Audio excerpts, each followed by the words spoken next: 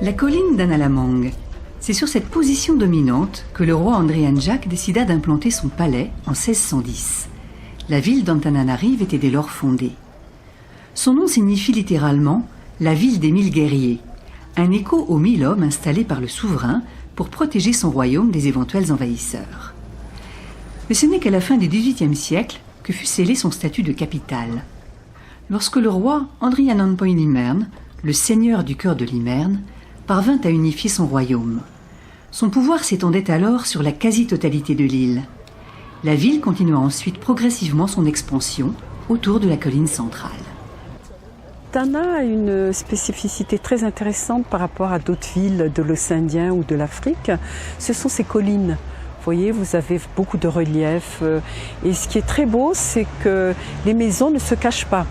Vous avez par exemple un pan de collines et une maison à l'autre, elles sont un petit peu décalées, ce qui donne vraiment une architecture et un paysage très intéressant. Et en particulier, lorsque vous avez donc les couchers, levées de soleil, vous avez des couleurs magnifiques de bleu. Une autre des spécificités de la ville tient à l'origine du peuplement de Madagascar. La mosaïque architecturale visible à Tana témoigne en effet non seulement des influences africaines et austronésiennes des premiers habitants de l'île, mais aussi des occupations successives des Occidentaux. Autrefois, les Malagasy de la Haute-Terre construisaient en bois, signe de la vie. Ils n'admettaient jamais les pierres, parce que pierre froide, c'est pour le tombeau. Donc Jean Laborde, comme architecte français qui fut recommandé pour construire le palais de la Reine, a introduit un style grandiose, avec le chevron bien sûr, mais ça a resté rectangulaire, double pente. Jean Laborde a tout modifié pour le quadruple pente, grand palais à étage, avec véranda. Mais quelques années avant l'arrivée du style créole de l'architecte français, au milieu du XIXe siècle, les missionnaires anglais avaient initié l'art de construire en pierre et en briques sèches. Jean Laborde a surtout marqué les esprits en introduisant les briques cuites en terre rouge.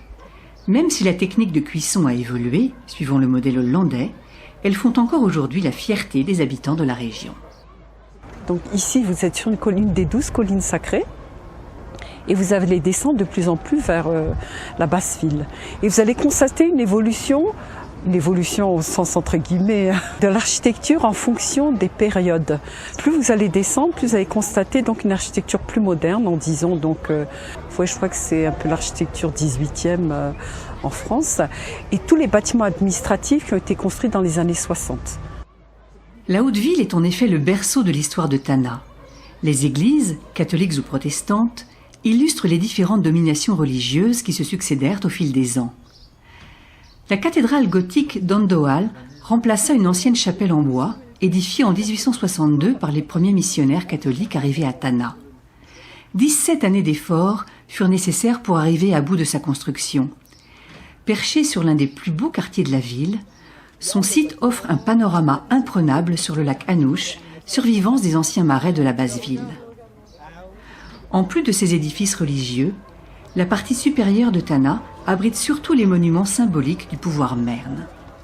Quand on parle d'Antananarivo, on sous-entend le palais de la reine, qui était le centre du gouvernement du royaume de Madagascar pour le 19e siècle. Mais ça ne nous empêche pas de voir aussi, à côté, l'ancien palais de justice, une construction de 1881. En empruntant la multitude d'escaliers qui unissent les 3 niveaux de la ville, on arrive sur l'avenue de l'Indépendance.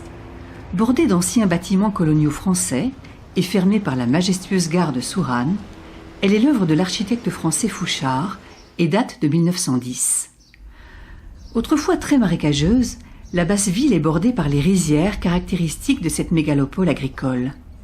Elle abrite aujourd'hui l'activité économique et commerciale de la capitale malgache. Mais pour mieux comprendre l'histoire malgache, une excursion s'impose vers Ambohimang, la colline bleue. Perchée à 1468 mètres d'altitude, à 20 km au nord de Tana, elle constitue le berceau du royaume merne. Son village est inscrit au patrimoine mondial de l'UNESCO depuis 2004. On trouve 2 palais très différents, dont le premier date de 1788 pour le premier roi unificateur des 12 collines, et à côté le second palais date de 1870, construction labordien pour la reine Ranavalna II. Autour de ces palais aujourd'hui transformés en musées, de nombreuses tombes mernes parsèment le paysage. Par ses valeurs historiques, archéologiques et architecturales, cette colline conserve un prestige quasi surnaturel pour les Malgaches.